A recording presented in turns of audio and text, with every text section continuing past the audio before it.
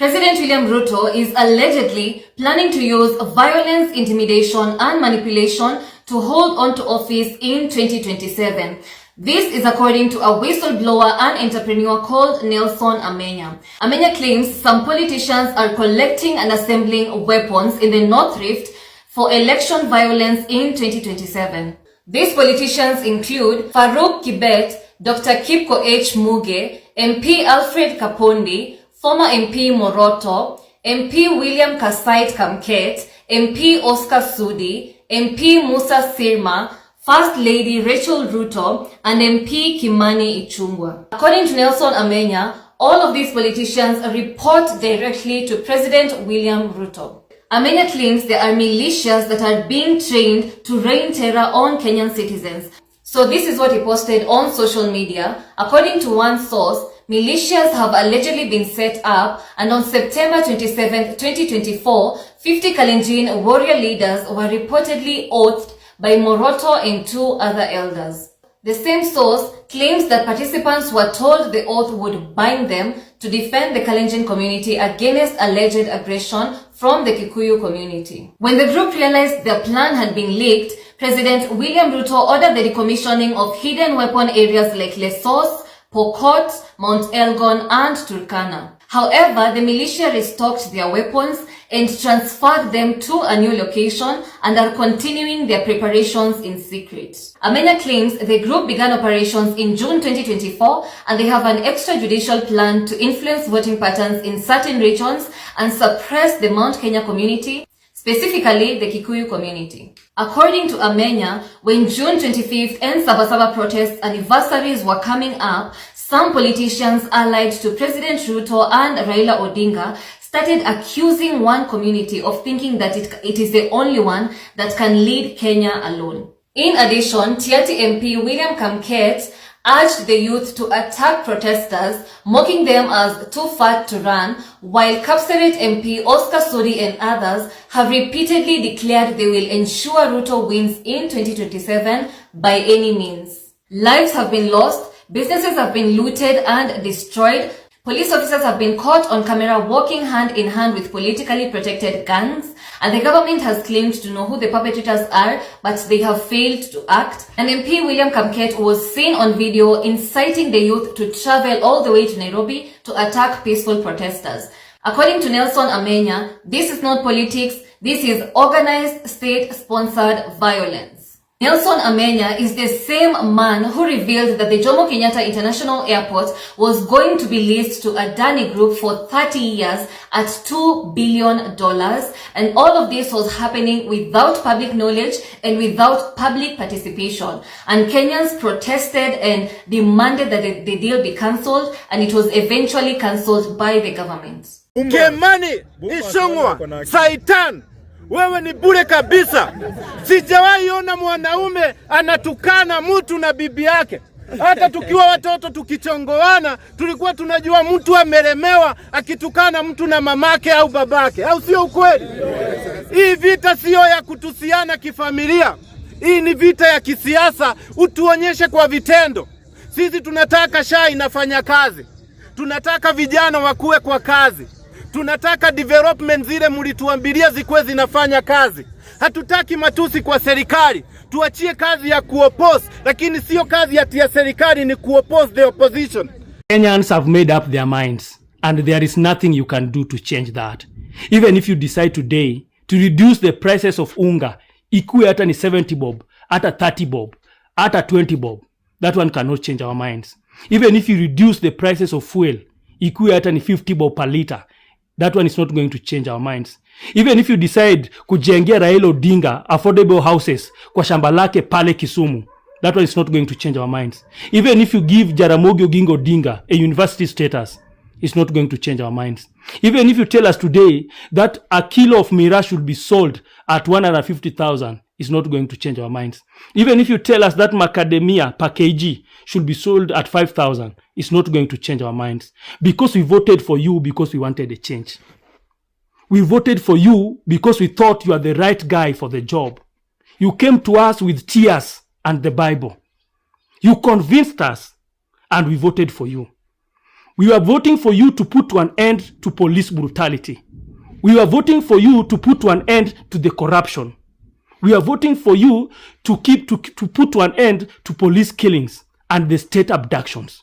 What has happened under your leadership? Under your presidency, it has become worse. It has become worse.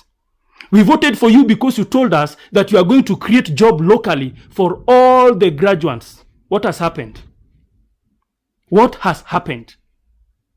Now you are telling us to apply for jobs huko Saudi Arabia, tuende tufanye kazi kama maids, kama housemaids. Tuende huko Saudi Arabia, tuende tufanye kazi kama slaves. Where are the jobs you promised? You told us that you are going to fight corruption. You told us that under your watch, no one will steal any money because there was nothing to be stolen. What has happened? Many members of parliament right now are flying with choppers. Where did they get the money to buy the choppers? We want to know as a country. I'm a young man who is so concerned with how your leadership is being done in this country. What happened? What happened? We want to know what happened in between when you are crying for us in church and now. What happened when you are reading the Bible verses and now? What happened? Kenyans have made up their minds that in 2027 they are going to do the right thing. And I want to talk to the chairman of IEBC. Mr. Chairman, you need to put country first before you put your personal interest come 2027. They should not lie to you that they will give you billions of money to steal elections for them. Come 2027, this country will be in your hands. You will be carrying Kenyan, this country, in your hands. And the only thing you can do is to do the right thing. Don't fall to that trap they are telling you right now. I know they are promising you houses, they are promising you money, they are promising you protection, that you just steal the elections and whatever is going to happen after that, they are going to take care of it. Come 2027, this country will be in your hands. And I will expect you to do the right thing. Kenyans will vote. As you can see, the mood in the country is not that good. Kenyans who are longing for change. And that's the reason why people this time round will come out. Many people will vote like never before. So don't mess with the country, Mr. Chairman. You, Mr. Chairman of IEBC, I'm expecting you to do the right thing, as other Kenyans are also expecting you to do the same. So 2027 will vote, and don't be stupid. Don't mess up the country because of your personal interest. You know the reason why they put you there. You know the reason why they really fought for you to be the chairman of IEBC, so that you could steal elections for them. But do the right thing. Don't be like Chebukati, who sold the country, who sold his soul to the devil, and now it's rotting in a hellfire. So do the right thing. Hello Kenyans. Leo nataka nizungumzie hashtag ambayo ilikuwa na trend last week, ya kwamba sisi zote ni Wakikuyu. Unajua ilimaanisha nini? Ilimaanisha ya kwamba Wakenya wameanza kujielewa, Wakenya wameanza kujua wao wanataka nini, na wameanza kuwa na msimamo ya kivyao bila wanasiasa. Nasema bila wanasiasa maana tumezoea Raila akisema hivi, Wajaluo wote wanapiga line hapo hivyo na wanasema yes sir. Ruto akisema kitu, Wakalenjin wote wanapiga line hapo na wanasema yes sir. Mount Kenya kule ilikuwa ni Uhuru, sijui siku hizi ni nani. Sijui siku hizi kama ni Gachagua ama ni Uhuru ama ni nani, because but wote walikuwa wanasema hivyo na inakuwa hivyo. But right now things are changing. And I want to congratulate Kenyans. And I'm going to say this. I have been praying for this thing, and I thank God they are happening in my lifetime. I have been praying for a day when people of Kenya will be able to stand against their leaders. Not because they despise them or they hate them, but because they are questioning the policies, the agendas, and whatever they are being told, without tribally following their leaders, without only basing their their following or their loyalty to tribe. Hii ni kitu nimekuwa nikiombea. And I want to say this, Kenyans, mkiendelea hivi, I saw mbele ya Mwenyezi Mungu, Kenya itakuja kuwa the hub of democracy in Africa. Kenya is going to be the hub of democracy in Africa. If you continue this way, kama Gen Z, kama millennials, kama Gen X's, nyinyi wote mtaungana na msimame na mseme ya kwamba kuanzia leo tunazika ukabila. Kenya is going to be hub of democracy and development in Africa, because our resources and our money are looted by leaders because of tribalism, nothing else. This is how we elect corrupt leaders, kwa sababu ni wakabila yetu. Na hii hashtag ilikuwa inatembea kwa sababu ya kitu inaitwa defiance. You know, it is very sad when you know what the problem you are suffering from is, and then you complain to the person causing that problem, or the person bringing that issue or bringing that problem, and then that person tries to tell you that it is not me, it is someone else. Imagine you have a complaint about somebody, and then ule mtu anajaribu kukuambia si mimi ni fulani, na unajua vizuri ya kwamba ni yeye. Malalamiko yako yanatokana na yeye. Unajua mtu anakuchukuaga aje? Wewe ni kondoo, wewe ni pumbavu, wewe ni mtu ambaye hujielewi, na ndio sababu unajaribu kumlaumu. Sasa imekuwa kasumba ni. Na hii kitu ilianza kitambo, my dear friends. William Samoei Ruto, wakati ambapo tulianza kujitokeza na kusema ya kwamba your policies are not working, your government is not serving the Kenyans, it is not delivering on the mandate that we gave to you, alianza kusema ya kwamba ni Wakikuyu wako na problem. Na ndio watu wakajitokeza wakasema ya kwamba kama ni Wakikuyu basi sisi wote ni Wakikuyu. Maana hustlers waliokupigia kura hawakuwa Wakikuyu peke yake, hawakuwa Kalenjin peke yake, hawakuwa Wajaluo peke yake, hawakuwa Giriama wa Mijikenda, hawakuwa wale wa kule Marsabit. No, it is all Kenyans.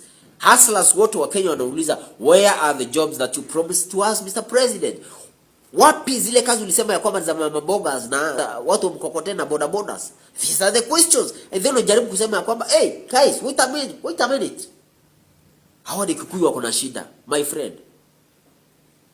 I am so glad that Kenyans for once wameanza kujua ya kwamba their problem lazima waitako bila, and they need to protect each other against these greedy leaders ambao they divide the community for their own benefit.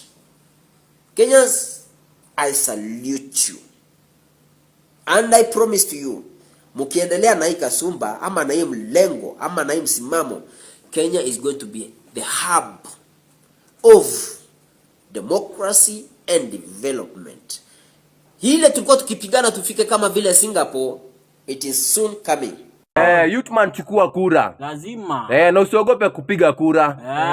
Juu after tumepiga kura tunazichunga mpaka ngware. Tunawasaidia kuzihesabu. Mpaka rena ngware. Hakuna wizi wa kura. Youthman, chukua kura. Wanatugeuza IEBC.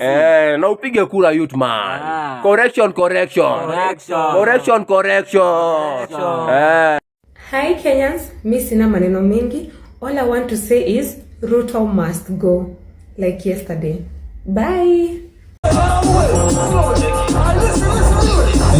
Enyewe Ruto must go. Enyewe Ruto must go.